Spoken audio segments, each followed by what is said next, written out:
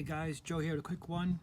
Just want to show you that the Esee tins that come with the large size pouches, that if anything happens to it, so if you break it, lost it or whatever and you have to replace it, I found this one which is called the elephant box, and it's the mini snack pod.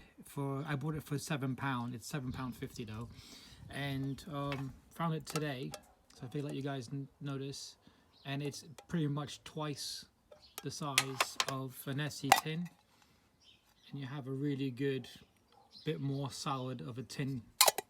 Now the only thing is that when you put it in the pouch, you're not going to fit anything else in there, so this is probably the biggest you're ever gonna get in there. So I figured I'd share that with you guys if you want to make a bit larger size survival kit for your knife.